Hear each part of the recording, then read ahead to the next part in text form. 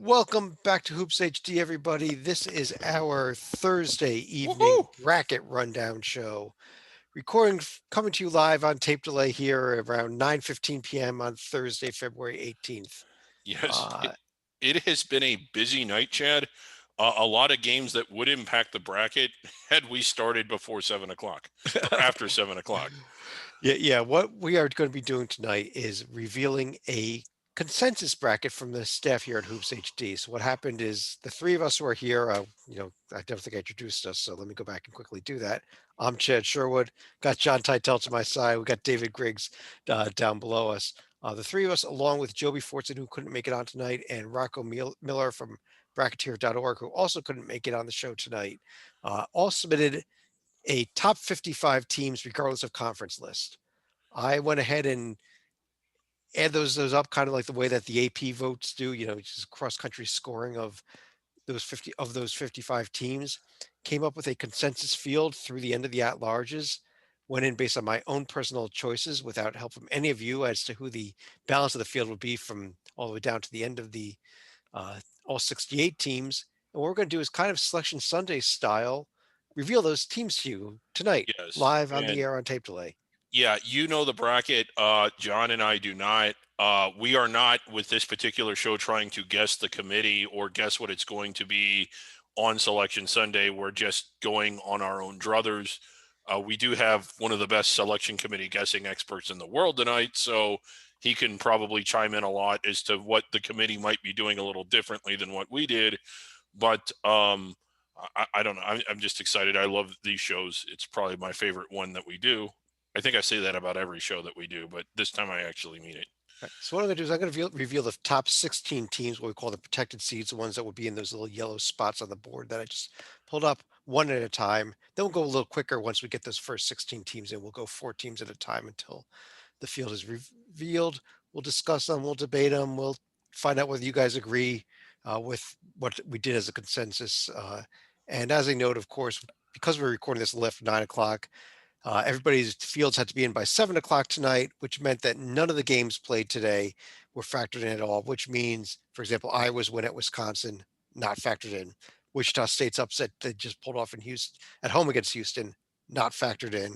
Yeah, and And that's a big thing. Yeah, the games that are still to come tonight, that there's some big ones. Rutgers that's playing at Michigan right now.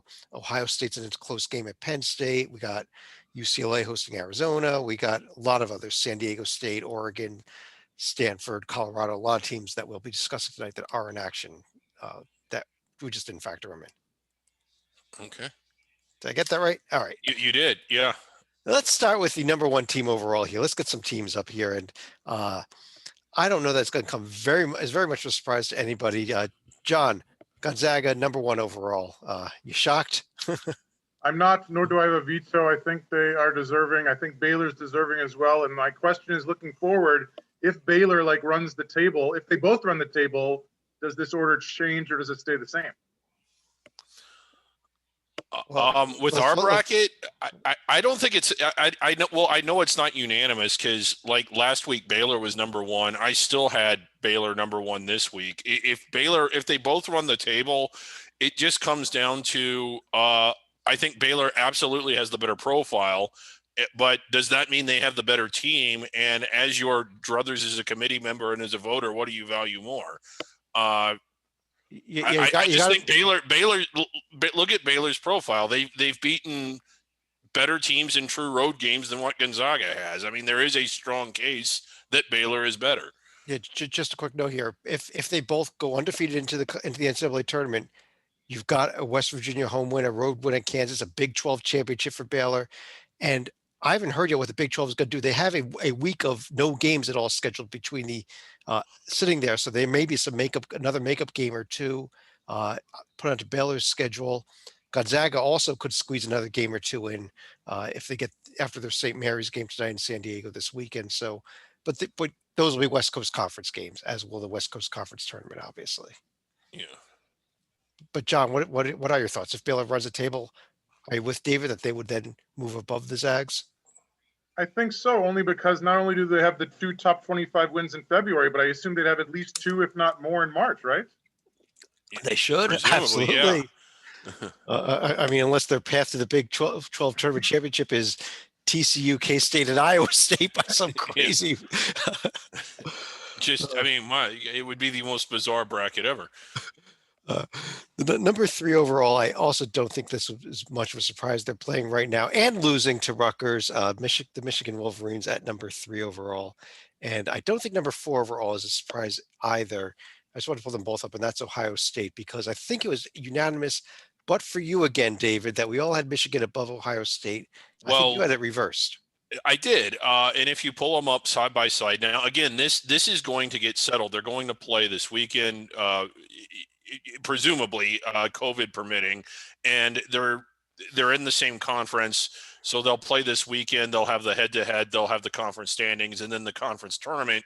There's going to be enough to definitively say which one is better, but right now there isn't, and I think at Illinois and at Iowa and at Wisconsin and at Rutgers and at Maryland is a little bit better than at Wisconsin, at Purdue, and at Maryland. I think it tops out a little higher. Granted, Michigan doesn't have as many losses. Their only loss is at Minnesota, who only has one other home loss. So it's an excellent profile, and you are kind of holding your nose. Northwestern, not very good. Ohio State went to Minnesota and lost. Michigan went there and Well, also. why don't we get the other side? Why don't we get Titel to respond as to why you're wrong? I'm not wrong. I think it's a coin flip. I have Michigan ahead of the Buckeyes. I agree that as somebody who loves the head-to-head matchup, that should carry a lot of weight. The other thing that interests me, well, a couple of things. One, like all the time off that Michigan's had, I still don't know how the committee is going to factor it, because a lot of it was out of their control, and obviously they only have the one loss, so it hasn't hurt them too much. But I wonder if they'll get penalized or not. Secondly, I actually look at the common opponents here. What if Iowa in these back-to-back games sweeps these pair of 1 seeds? I know we haven't discussed Iowa yet. How far up did they jump? Very, very high. Very high. I would note here, I did read an interview with Mitch Barnhart that I think he gave you today or yesterday. His comment was that the committee is not going to penalize anybody for having been shut down due to COVID, but that still doesn't make up for the fact that you have less games and that the teams that played more games could have gotten some very big wins in there. So I don't think it was much of an answer, honestly.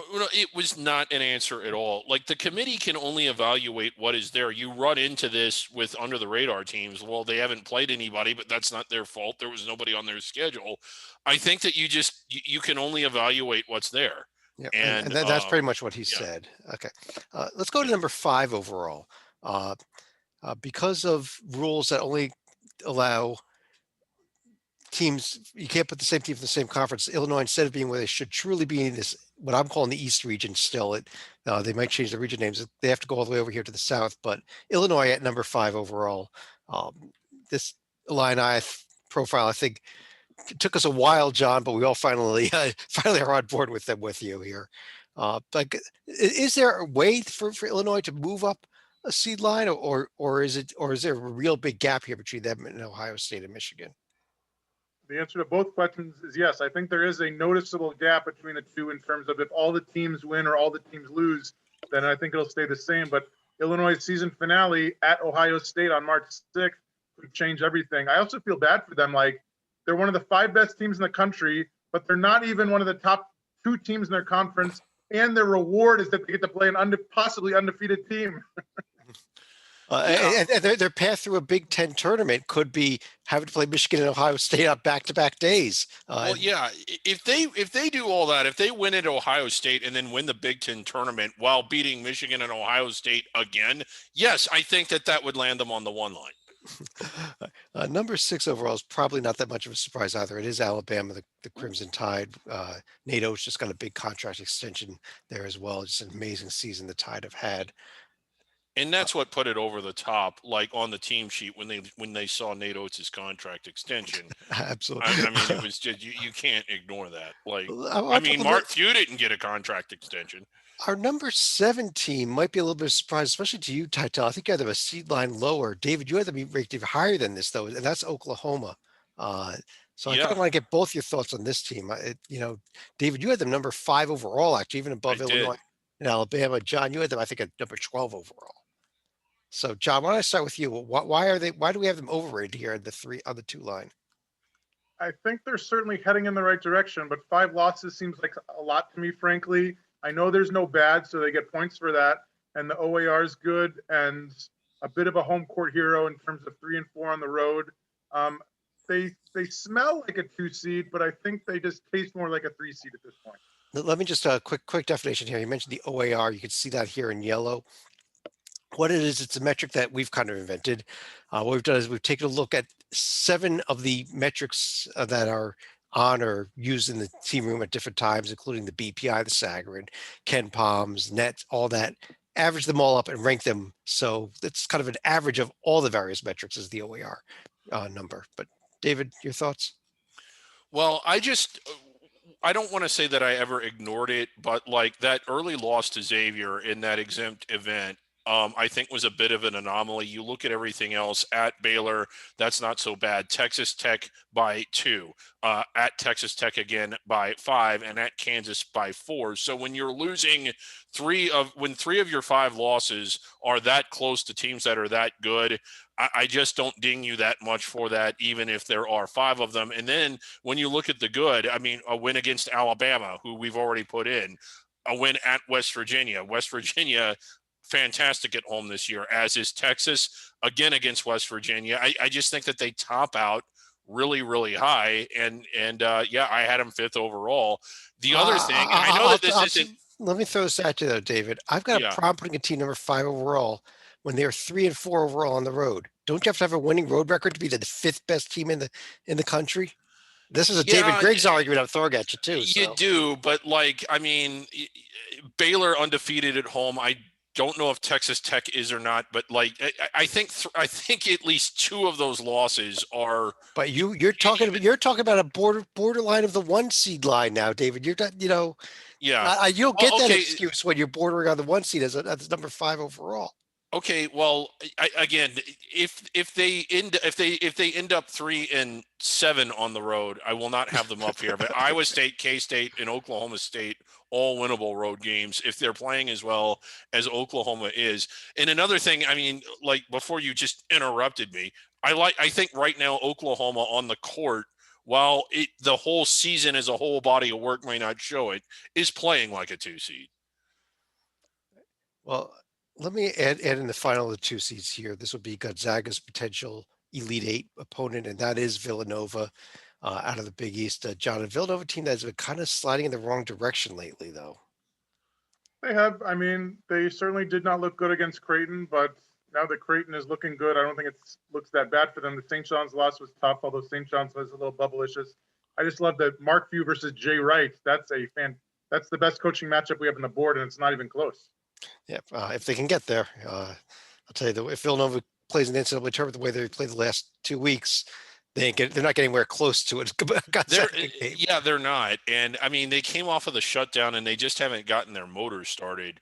I think the profile is about right. I don't think I had them this high, but on the court, like you said, not looking it lately. Number 9 overall, if Villanova did get dropped down, number 9 overall, we had West Virginia, which is a team that is playing pretty good. Yes. David, you have some thoughts on the Mountaineers? Well, I just to further the point that you just made, they are playing very well lately. On the court, a very tough defensive team, a pressure team, hard to play against. They're sort of running downhill. I think all 4 of their remaining games are winnable. If I'm looking at that, that's not their schedule. There it is. It took a moment to load. How about that? Okay, yeah, that one looks a little better. Not quite winnable at Baylor. Not quite as easy. At Texas, not very winnable. No. Yeah, Texas and TCU, but I mean, I do like what they've been, the way that they've been playing lately. But God, you notice they have a 5-2 road record. Yeah, they do. Oklahoma's. Yeah, well, and okay. If they end up 6 and 4 on the road and Oklahoma ends up the same because they have 3 winnable road games. Yeah, they haven't played the heavyweights on the road yet. Okay, well, you're right. There's going to be a couple of real fun weeks here left in the Big 12 conference. Let's take a look at the number 10 overall team, though. John, we have where are they? Houston coming in, and this was again before the loss today. So let me ask the question here: with this loss at Wichita State, Did they drop 1 seed line? Did they drop out of the top 16? How far do you think that the Houston drops? I had them at on the 2 line. I think they are going to drop to a 3 line. So I think this is correct. And I think they're in serious jeopardy in terms of I think they can handle a 3-14 game, but depending on the 6th seed they get matched up with in the second round, I'm getting very nervous. I like Kelvin Sampson in terms of he gets to the tourney a lot and wins early a lot. He doesn't have a great history of going to the Final Four or anything, and they've lost some guys due to injury this year. I think that, and the conference and the non-conference strength of schedule is not good. I think this is a little bit too red of a flag for me to have them make it in a deep run. Yeah. Just note here, the Wichita State loss is not on here yet. It would right now technically be a tier 2 loss, but with the win, I expect Wichita State's net to take a few steps up, and they should become a tier 1 loss for by tomorrow Right. morning. Houston has a really good team, but they have repeatedly not looked like a 2 seed, or in at times not even a protected seed. Everybody's going to get a few mulligans, but like losing to East Carolina, Tulsa, and Wichita State. Now, Wichita State did play really well. They were at home, and they've been playing well for a lot of the year. But if you're a 2 seed, those 3 losses are kind of a lot to swallow when you've beaten Texas Tech and you've beaten Boise at home, and that's really all that you've done against teams that are inside the bubble. Yeah, if you look at the record against the board, those are teams that are either at least on the bubble, 3-0. Yeah. Actually, that would now be 3-1 because Wichita State, I think, will be on the board. But Yeah, it's but it's not the quantity of games that Villanova, who's light on that, has 6 of those games, and these Big 12 teams are going to have 10 or 12 games here. Mm-hmm. Number 11 overall. This is the next 3 seed here. We have Virginia coming in ahead of Florida State, which kind of surprised me. John, did that surprise you that Virginia ended up ahead of Florida State, especially with what happened this week between the 2 teams? A little, only in that of the result, but I think that it could easily keep falling in terms of Virginia going down and Florida State replacing them in the days ahead or next week. So I think each team is trending in the other direction, but I'm not totally surprised because it was a recent loss. Yeah, it was that impressive 81-60 Florida State win. But again, there is probably a greater volume of slightly bigger volume of wins and not as bad of a loss on Virginia's side as FSU has with that Central Florida loss. Yeah, and Florida State, while playing well now, I don't think they top out as high as Virginia does right now. But right. Ironically, they top out against Virginia. Well, they did not even make our 3 line, as Texas Tech is the team that got the final 3 line spot here. Yet another, I think we're up to, is that 4 Big 12 teams already? I believe it is. Yeah. I'm only on 3 lines, which shows you the strength of the Big 12 there. And again, David, 5-1 on the road for Texas Tech. Yeah, and look at not 2-5 or whatever Oklahoma was. Yeah, but they've won at Oklahoma and at Texas. I mean, it isn't just that they're 5-1 on the road. Those are massive road wins. LSU also a tough team to beat on the road. So a monster game this weekend at Kansas, actually. Yeah, and it's they've played Kansas already. I thought they had. Nope. Oh, okay. No, yeah, they did. I'm sorry, they did. They lost to Kansas at home. Yeah. And it was, it was a pretty good game, but this is a chance, although it's going to be harder to win in Lawrence. But the Big 12, it's just a case where the top of the conference just continues to feed off of itself and grow because they keep beating each other on the road. But they're staying up there, though. I mean, they have kept 4 teams here at the top 3 lines. Let's take a peek at the first of our 4 seeds. There's our 5th Big 12 team already. John, Texas coming in at number 13 overall. Do you think the Big 12 could keep this 5 teams in the top 13? They can. There will be some cannibalization as the teams continue to beat up on each other, both in February and in March into the conference tourney time. But they all have, I think, top 5 worthy schedules and wins. I just feel bad for Juwan Howard because I like him. I like his team. I don't know if you can outcoach Shaka Smart and then outcoach Tony Bennett or the 2 seed in that region like Lon Kruger. That's asking a lot for a young coach. That's a heck of a region there. Michigan, Texas, Virginia, Oklahoma. Yeah. It's the top 4 seeds. Real Yeah, I mean, we scary. got 4 protected seeds in that region. How about that? Uh, David, number 14 overall. I think we're finally going to see them here. There they are, Florida State coming in the East region there. We just mentioned them. And, again, I still can't quite figure out why we have them below Virginia, but we do. Well, I think because like once you get past their win against Virginia currently, there just isn't much else there. I will say this. I think they have a big head of steam going right now, and they will play their way up higher. But I think that I just think they need a few more wins at the top of their profile. But I think we got them right. I mean, they are a protected seed, and it wouldn't shock me if they went up even higher in the rankings. We had at number 15, Iowa, a team that had been heading in the wrong direction, but now, John, things have turned around. And while this vote was taken before tonight's game, they just picked up a huge win at Wisconsin. Can they move up to the 3 line at this point? If they keep beating teams like Wisconsin, certainly. I kind of want them here just because we already saw the Gonzaga-Iowa game back earlier in the year, which was a scoring fest. And I would love to see the rematch in Indianapolis. That would be. You're starting to see potential Sweet 16 games here. Number 16 overall, finishing out the protected seeds. We did get the Pac-12 leader in here just barely. USC, David, coming in at number 16 overall. Yeah, I liked them last week, and I think I took some crap. How can you have USC as a protected seed? I got to say, I did not this week. I had them close. I think I had them 18 or 19.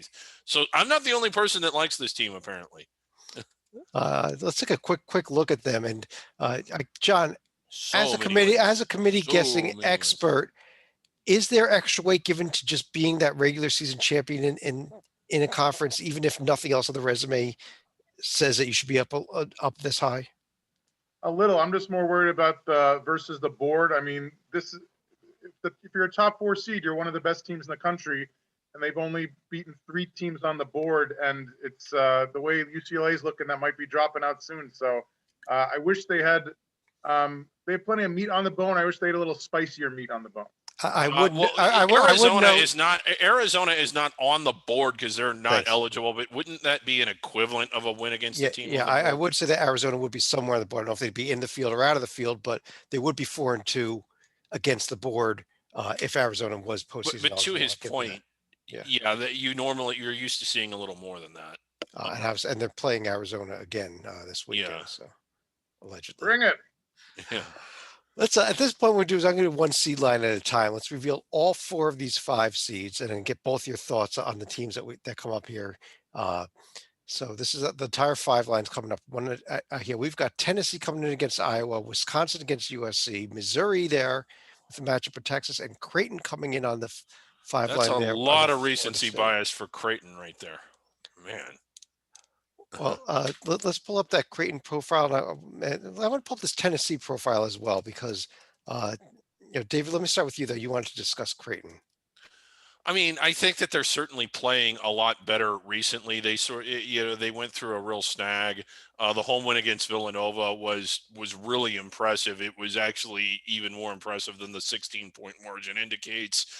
Seton Hall, solid road win. I mean, there's a lot of solid stuff there. I'll tell you what, David, though, this is a very impressive number now. It's a little bit of a fake number here, but they are 11-1 against the top 2 quadrants. Yes. Now, in quadrant I say 3, it's a fake number. Yeah. Because they're 2-4 against quadrant 3. Yeah, and that kind of, to me, weighs them down a little bit. And it's hard to evaluate a team that is this schizophrenic sometimes. Based on what we saw from the committee's reveal, and I know that I'm venturing into Titel's territory here, it seemed to me that with the 16 teams they put out, the top of the bracket was more important than, or the top of the resume, was more important than the bottom of it. So the committee might put them this high or on the 6th line, the real one. With me, though, they just haven't done it consistently enough because while they have great wins, they have stinko losses. John, what do you think? Do you think they belong this high when you look at the top 2 quadrants, you stop there, it's an amazing profile. Yeah, no, I remember even as of, I think a week ago, we had pointed to tier 1 and said, look, they have 3 tier 1 road wins, but it's against a bunch of like mediocre Big East teams. Now they have like the resume top of the resume win. And it's a really weird profile. I mean, they have more home losses than road losses, which is something you rarely see from a team this good. And it's hard to explain, but they have so much good that I think it's enough to outweigh the whole lot of bad in tier 3. Right. Also put Tennessee on the right there, John. My problem with Tennessee, yeah, they don't have a lot of losses. The losses are all respectable, but when you dig into those wins, those tier 1 and tier 2 wins, there's not a lot there. I mean, I like the Missouri road win the best of any of them. Don't I and do too. Yeah. I'm just not impressed by the quality of the win, I guess is what I'm saying. Nor should you be. I think that's a very fair assessment. Plus, their non-conference meet the schedule. Not that Creighton was much better, is bad. The X factor, I think, for Tennessee is a couple of things. One, the schedule has 3 winnable games on it. Secondly, this is a team that relies heavily on freshmen. I think 2 of their leading scorers are freshmen. And I think that this is the kind of year where if they hit the wall, then the whole team's going to hit the wall. But I think the freshmen are actually getting better as the season goes on by getting this chance for experience. So I actually think Tennessee is going to be going in the right direction as we go into March. Right. The other 2 teams here, as we mentioned, were Missouri and Wisconsin on this line. Wisconsin coming off that home loss to Iowa, but it's a And- very respectable loss. I don't know. It could drop them down to a 6th seed, but that probably be Yeah, it, with that. Missouri has not been playing their best basketball, at least in their last couple of games. They looked fantastic before this week. Right. But, I want to move on to the 6th line here. That's which okay. we'll keep things rolling. We got West Virginia's opponent is Clemson. Houston's opponent is Vatech. We have Kansas coming in there, adding to the great coaches in that Midwest region that we have on the screen, and Purdue over there on against as Texas Tech's potential 2nd round opponent. And David, I really want to get your thoughts on this Clemson team. Okay. And John, I'll get your thoughts as well, because this is a team that I think I had highest rated of anybody, or maybe Joby did, who's not on the show with us tonight. But I think the way they look on the court is very suspect type. But when you dig into this profile, I think it's a very good profile. Very, very good. It is. Purdue came earlier in the season. Purdue, I think, is a team that's a lot better now than they were back. That was the 2nd day of the season, I think, when they played. And Alabama also a lot better now. Not to devalue those wins, but maybe they're not as good as what they appear on paper, and it can kind of explain why the profile maybe pops a little more than when you look at them on the court. They seem very 20 to 25-ish to me. You know, they've held serve against Louisville, Maryland, Syracuse. They've beaten the decent teams at home that you think that they should beat. When you look at their losses, while some of the games, that Virginia game in particular, I mean, they just got absolutely boat raced. They haven't really lost to anybody maybe other than Georgia Tech, and Georgia Tech's pretty good. That would indicate a huge problem. Maybe the way they lost a couple of them, but I don't know. To me, they that's very 6th seed-ish, and that's where we put them. So Well, I'll tell you what, John, I've got Tennessee still up there on the right. When you look at these 2 profiles, they both have 5 losses that were fairly respectable. I'll take Alabama, Florida State, and Purdue over those tier 1 wins, and you got a huge pile of tier 2 wins for Clemson that you don't have any of Tennessee. That's why I like this Clemson profile, I think, better than most people. Yes, you do. No, they deserve a lot of credit for the tier 1, because that is as good as almost anybody's in the nation. What I would point to is a couple things. One, the road record is 1-4. Number 2, even if they win at Wake on the 24th, their only other road win is at Miami. They're going to have 0 road wins against the top 125. Okay, 0. but if you make it road neutral, you're at 4-4. You're at 500. I do a lot of stuff. I can get a lot of stuff. I hear you, but 0 top 125 road win. Okay, I mean, I'm just looking at the fact that Alabama and Purdue were not really home. They were not home games. Those were neutral court games. They get a little more credit for that. But they're a neutral court hero. A neutral court hero, absolute neutral court hero. The other teams there, real quick, John. Any thoughts on Vatech, Kansas, Purdue? You think we got them right where they belong? I do. I also, as you said, Bill Self against Tony Bennett signed me up. That's going to be great. Yeah, David, let me show you the 7 line here. Okay, let me see it. We got Rutgers, who is in a battle right now with Michigan. I guess I'll call it that. Arkansas coming in with a huge lift after their big week. Florida and I'm Oklahoma on board State. with the Razorbacks now. Florida and yeah, well, And okay, Oklahoma State. I'll start with Arkansas. I had been dogging them for a complete absence of quality wins. They no longer have a complete absence of quality wins. They've got two very good ones that they picked up last week. I was really impressed. I think I had them on my 7 line and maybe even a little bit higher, but beating Florida and winning at Mizzou, that's pretty damn good. Yeah, John, I think this is one of the biggest jumps I've seen in a team this late in the season that I can remember, to go from a team that I think 2 weeks ago we argued that they shouldn't even be on the board. They shouldn't even be considered in the top 4 teams out, to now we have them wearing white in the first round. I don't know who this we is you're talking about. Except I've been you. the Razorbacks bandwagon for several weeks, but yes, they're certainly making a huge leap. And what would be fascinating is I think you had them matched up against Illinois. You have the two most different kinds of 7-footers you can get in college basketball. Kofi Coburn, who's this like man-child underneath dunking, and then Connor Vanover, a 7'3" guy who makes free throws and shoots threes, and is like, I think I could knock him over with like a stiff breeze. It's a cute, crazy matchup. What do you think about Rutgers, Florida, Oklahoma State? You like those picks here also? I do. Still not sure about how Keontae Johnson factors into the committee. I like the fact that Cade Cunningham has a chance to shine. I still don't know if Oklahoma State is definitely in or definitely out, or where that stands. And I'm always happy to see Rutgers in the tournament, because it seems like they're in the tournament every year, Chad. Yeah, they are. Absolutely. Yeah. I mean, Oklahoma State would have to have their appeal heard and denied in the next 2.5 weeks to not be in the NCAA tournament. And all Right. indications are it will not be decided before that, which means it is next year that they could be out if their appeal gets denied. Right, which it probably will. In regards to Keontae Johnson, it's curious that you said that, John. I think we've seen them play enough games without him to where they could easily and probably accurately evaluate them without him. He's not coming back. So, I mean, isn't it pretty much? So it's a non-issue for you, it sounds like. Yeah. I mean, Good. I just think that they've done. Yeah. And do you think it would be for the committee? He only played in a couple games. I think you're right. It seems like a weird thing in terms of the preseason conference player of the year goes down in the first month of the season and is gone the rest of the year. It rarely happens, I think. Yeah, it does. Let's go on to the 8 line. John, we've got Louisville, BYU, LSU, and Colorado coming in on this line. Your thoughts on those 4 teams? It's interesting. Let me see here. I think that sounds pretty close to what I had. Wow. I think I actually had Colorado a little higher, like a 7 seed, but obviously they've been having their struggles in February. So yeah, I don't see a ton of veto here. Can we David, pull up Louisville, Chad? All right, I'll pull up Louisville. I'll pull up the Colorado profile too. Yeah. But go ahead. Your thoughts on this Louisville team, David? I'm pretty certain you did not like Louisville as much as anybody else. Am I right? No, and when the profile loads, it should be evident. I don't. What? Okay, it's taking. It's taking a second here to load, Yeah. but here it is. Okay. They have what? nothing in Tier 1A and Tier 1, but they've got a lot of Tier 2 and nothing bad. I had 1 loss back in January, but not much bad at all.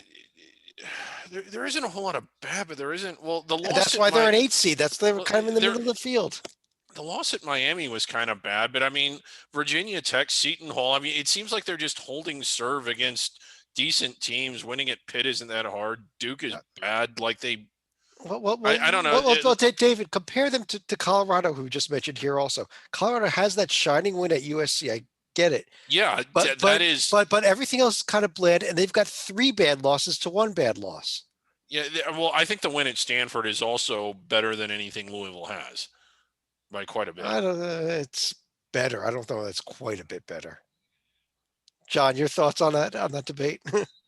I think the OAR shows that it is a coin flip. And what's interesting to me is that any other year, a loss at Duke would not hurt and arguably help your profile. This is the one year in like 25 years that a loss at Duke is probably going to hurt Louisville, maybe.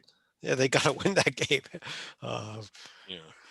Let's take a look at some potential first round matchups now as we reveal the 9 seeds. Let's see who that Louisville team, for example. Okay, Louisville gets Indiana. Great matchup. I love Louisville on the 8 line. I think that is great. BYU gets Seton Hall. LSU gets Loyola Chicago, and Colorado versus Minnesota. Well, get back to Minnesota in a second here, but I want to start with Loyola Chicago. And John, you are the selection committee guessing expert here. Can this Loyola team get up here in the 8-9 seed range, especially if they can get one more win over Drake in the MVC finals? I think you just hit the nail on the head. I think that Drake future win could make all the difference in the world. I think they are like 8-9 seed worthy, as you'll see. The fact that they lost to Drake, even though it was on the road and even though it was by just a point in overtime, but the fact that Drake's best player, Tank Hemphill, wasn't playing might hurt them a tad. Obviously, not anything bad in tier 3 or tier 4, but they could certainly use another tier 1 win. 8-3 on the road, you got to like that.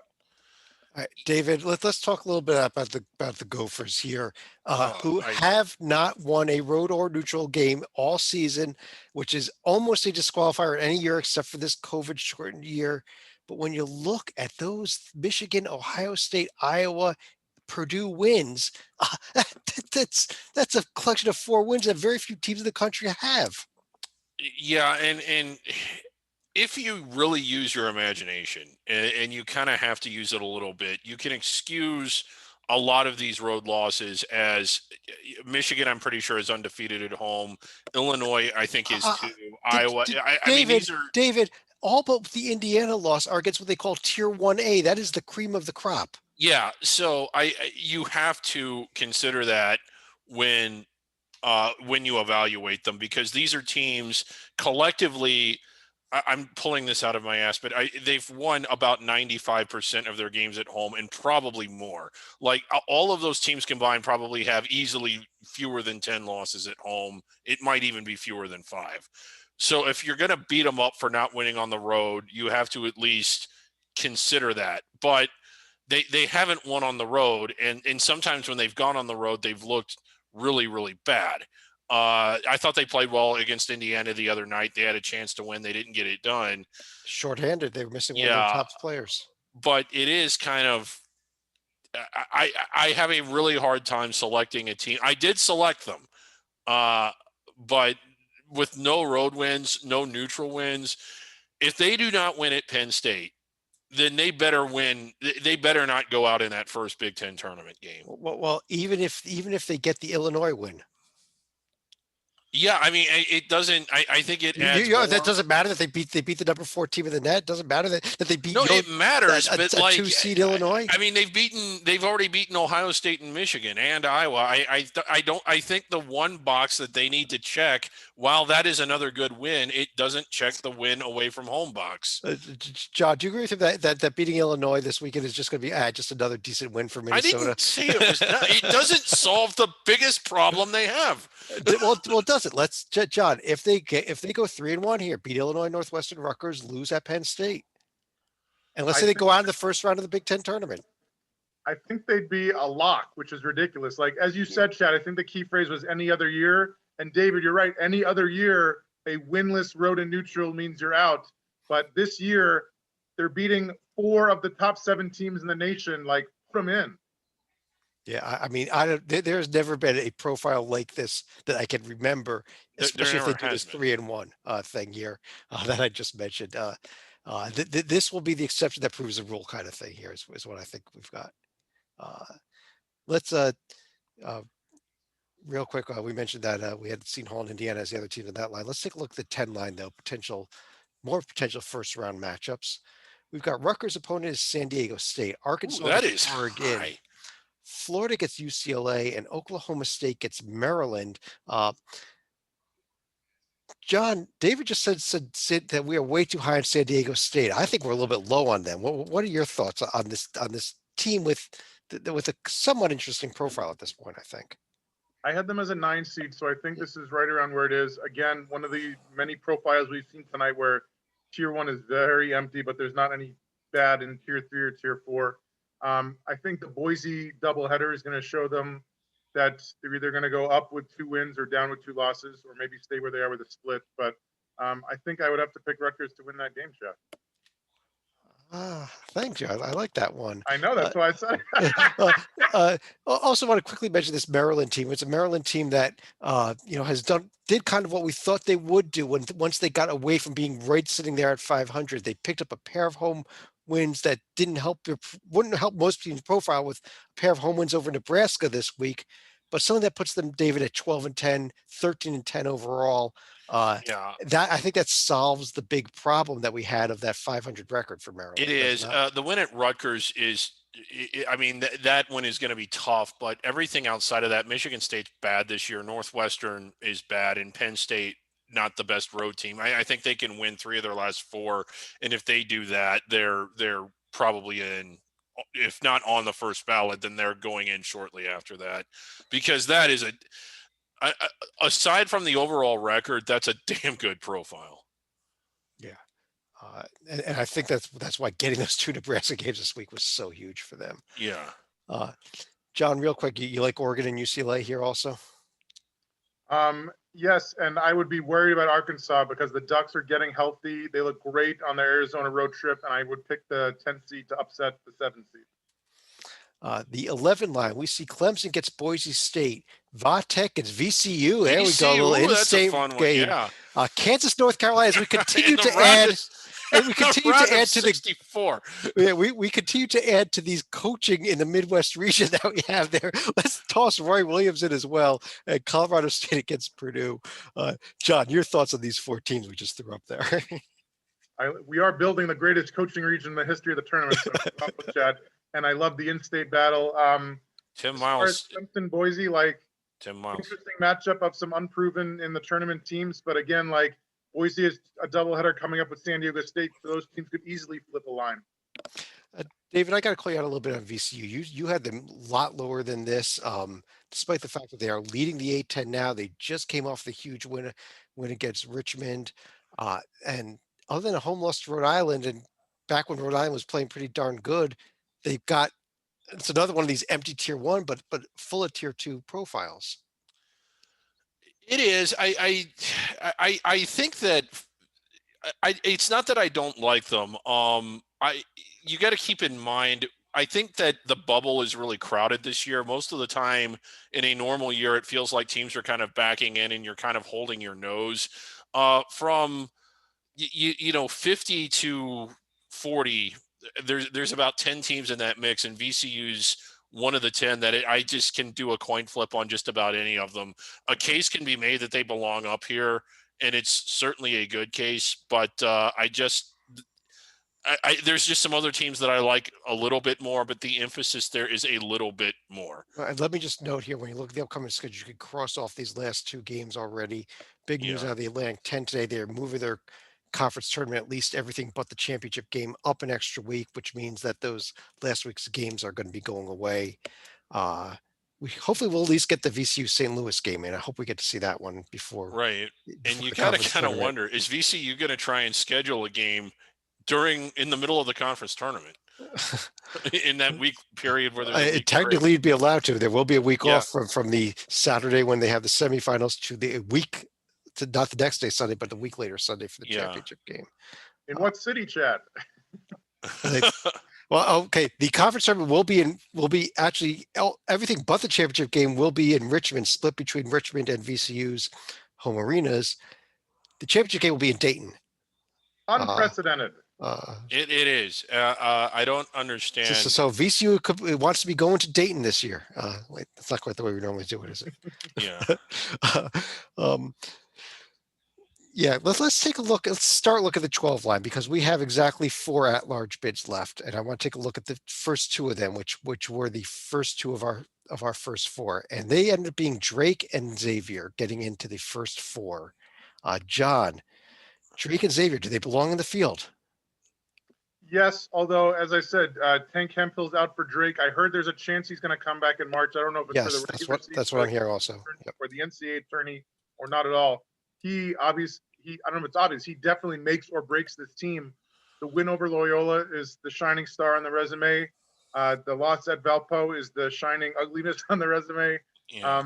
They'll probably win their last 4 to go 25-2, and then the game against Loyola, which will hopefully be in the title game. I think the winner and loser of that game make it, but it would certainly help Drake's resume, obviously, to win that one. David, what about Xavier? I mean, not as big on them. one win over Oklahoma, and that's the whole profile. And yeah, one win over Oklahoma at a time when Oklahoma was not going 100 miles an hour. They were going about 50 or 60 miles an hour. The Oklahoma is noticeably better now than they were when Xavier just blew them off the floor. And like you said, that's really it. I don't think Xavier, I mean, I ranked about 60 teams. I don't think I had Xavier in my field. And they just haven't looked that good in their last couple games. Now, part of that is due to circumstance. They were coming off shutdown, but you can like we have said multiple times already tonight, you can only evaluate what's there. That's what's there. I don't think that's quite enough. Well, they've got 4 out of the 5 last games are winnable. 3 of them are on the road. They better win 4 out of 5. I think. Yeah, they need to. Yeah, just to kind of get inside the bubble and get up to this point. Okay. I mean, if they were to get in, I think they would be in the first 4, which is where they have them. So. Let's take a look at the last 2 teams that made the field. There are 2 more teams at the 12 line that we'll get to a little bit because they'll be automatic bids. But the last 2 teams that made it were Stanford and UConn. David, let me start with you on the Stanford pick. I thought Stanford could have been a little bit higher than this, but I did too. I kind of like Stanford, and while they haven't always been consistently good, I think they've been good enough to be certainly inside the first 4. Look at where they top out. They have the win against Alabama. The win at Arizona is pretty good. And when you look at their losses, North Carolina isn't so bad. I mean, I know it was at a time when UNC wasn't playing very well. At Utah, not good, but not awful. You're not really holding your nose at very much of that either. And they have the win against Arizona at home. They have the win against a sweep over Arizona. In fact, yeah, a sweep over Arizona. I just think that that's a little bit better than a first 4 team. I certainly think it's better than what Xavier did. And exactly, I'll take the Alabama neutral to sweep Arizona over an Oklahoma home win. Yeah, at a time when Oklahoma wasn't playing that well. Right. I know you got UConn up there. Okay, I want to ask John about UConn because it's tough for me to. You've got a team with 2 wins and nothing else. You've also got like the greatest women's Final Four ever with Tennessee. I was going to mention that in a second. Go ahead. The UConn thing, we always talk about like how does the committee factor in injuries? This is the team. Without James Bouknight, they were a mediocre 4-4 team. With him, their only loss to Creighton by 2 in overtime. He makes or breaks this team, and now that he's healthy, they're not going to be penalized so much for all of the December and January losses without Bouknight. That's a great point. And again, like you mentioned, look at this. Stanford versus UConn, the winner gets Tennessee. It is women's basketball, is it? Is it not? I guess we need South Carolina in there to complete it, don't we? But before we get to the rest of the field here, let's take a look at the top 4 teams that did not make it. They were in order. Chet, can I ask a question real quick? Was anybody else on the 12 line inside the bubble or sandwiched in between the first 4? They were not. Okay, thank you. Okay. St. Bonaventure, St. John's, Ole Miss, Utah State. I think, John, let me start with you. I think there's cases at least for the top 3 of those. Would you agree with that? Yeah, a lot of people in this group and around the country are getting on the Ole Miss bandwagon. I'm not totally sold yet just because 12-8 overall doesn't impress me too much. Granted, when you beat teams like Tennessee and Missouri and win 4 in a row, like they're certainly trending in the right direction. And they have Missouri on the road next week and then 3 other winnable games. So they're 16-8 on an 8-game winning streak. Yeah, I'm really impressed by Ole Miss, but I'm just not sold just yet. David, what about the Bonnies? They were our top team out. Only 3 losses, but VCU home win is kind of all you got. Well, the win at Richmond is pretty good. Okay, it's okay. I mean, we haven't mentioned Richmond yet. They haven't come up on the board yet. Right. Is Richmond on the board? No. Are they a team that's good enough to where if you go there and win, it's worth something? Yeah, I think that there is. Not a whole lot to evaluate here. This was a team that got obliterated by COVID protocol, and it just really affected their ability to play out of conference games. So there isn't much there, but the VCU win, Akron on a neutral floor is okay when compared to the rest of the bubble. But the win at Richmond is I mean, what does everybody else that we're looking at have? I know we just talked about Ole Miss. I don't Well, like them as much I as just Ole put the other Miss. team. I just put St. John's, the other team we Yeah, have up there. Who I beat like Villanova and UConn. Yeah, And- I like St. John's and Ole Miss better than St. Bonaventure. I also like them both better than Xavier and some of the other teams that we already put in the field. Right. It's the Bonnies. The other problem that this is a team that's that's gonna lose out on a couple of chances for games because of what the A10 pulling their conference tournament earlier. They probably need to make a deep run in the A10 tournament along with They winning do. whatever else they've got in the regular season. St. John's might they might need to sweep Villanova or at least win these other 3 games and lose that Villanova game because they have a lot of losses at 8 already, I think. They do, but God, they are scorching hot right now. I mean, man. 4 other teams that did get some votes here: St. Louis, Richmond, Georgia Tech, Wichita State. I don't think any of us actually had them in the field, but they were at least within our top Yeah. 55. Wichita State, actually before even beating Houston, was at least on the board. So let me ask that question, John. How far does Wichita State move up now with this win? Let me pull their profile up. Their profile is great. I believe they only have 4 losses, all to top 50 teams. Now the signature statement win against Houston. I think this team is not a lock, but like I think I have to get them on the 12th line just because there's a lot of good and not a lot of bad. Yeah, the Memphis loss is maybe the worst loss because the other 3 teams they lost to are all in the field. You got to add a Houston win in there, the top of the profile. Ole Miss, who we just, for comparing to Ole Miss, they beat Ole Miss head to head on the road. Yeah, must wins of these last 4 games, though. Absolute must wins. Yeah, must wins, or the more accurate way to put it, must not lose. Must not Because lose. those aren't teams that really push you forward. If you beat them, they're teams that drag you down if you don't. Right. SMU is a decent team, but you can't afford to lose a home game to SMU. Correct. Yeah, and that's just it, Chad. It is a home game. Let's finish up the field here. The other 2 12 seeds. Let's start over here in the East. This was our next team up. A team that I would have had a little bit higher than this. Was in fact Western Kentucky. We have them going up against Creighton, and the other 12 seed. Probably not a surprise. They just survived a tough game tonight at home against Jacksonville State, but they did win.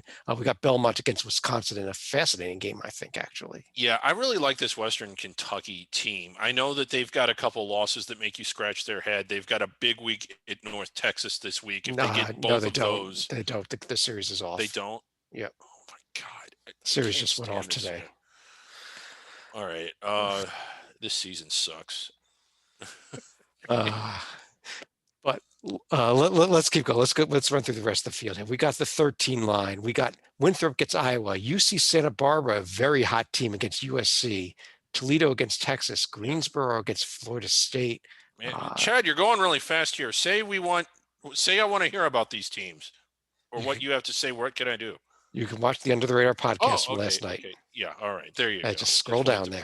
Scroll down. It's down there. 14 seed, real quick. We got Navy against West Virginia, South Dakota State against Houston, Wright State against Virginia. That is a live wire Wright State team right now. Wow. And Liberty against Texas Tech. Yeah. The 15 line. We've got Abilene Christian against Villanova, Grand Canyon against Illinois, Siena against Oklahoma, UMBC against Alabama. Who lost tonight? We'd probably flip them with Vermont. Yeah, actually, tomorrow's game now between UMBC and Vermont will determine the regular season championship in the America East. So, we might flip them back after tomorrow. The 16 line. Gonzaga gets the winner of a Wagner Norfolk State game. Baylor gets the winner of a Texas State Prairie View game in an all Texas matchup, no matter who wins that. Yeah. Michigan gets James Madison. Ohio State gets Eastern Washington. On that note, let me ask both of you for 2 questions. Number 1, any other thoughts on the entirety of the bracket? And number 2, any other final thoughts overall? And John, let me start with you. As far as the bracket, just kudos for the coaches in the Midwest region. Just fantastic top to bottom.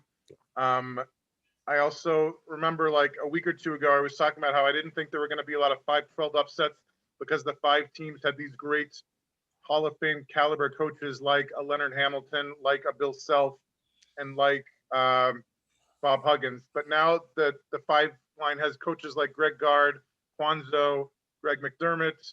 I think that I could see a lot more 5-12 upsets than I could a couple of weeks ago. As far as a final thought, not on the bracket, It's very sad to hear that the McDonald's All-American game this year has been canceled. They are going to announce the nominees, I believe, next week. So at least the best players in the high school ranks will get some recognition. But I wish that they could get it played. But I think that they made the right choice in terms of safety first.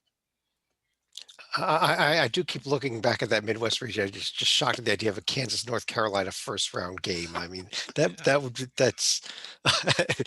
that's crazy. But David, your thoughts? Well, this is stating the obvious. It's something that neither one of you need told to you, and I don't think anybody watching it does either. And it is sort of a, me whining a little bit. It is really unfortunate that there's a lack of equity in some of the areas where a lot of teams that got to play their full schedules are close to it. It was great. Other teams didn't, particularly St. Bonaventure, Western Kentucky could have used a few more games.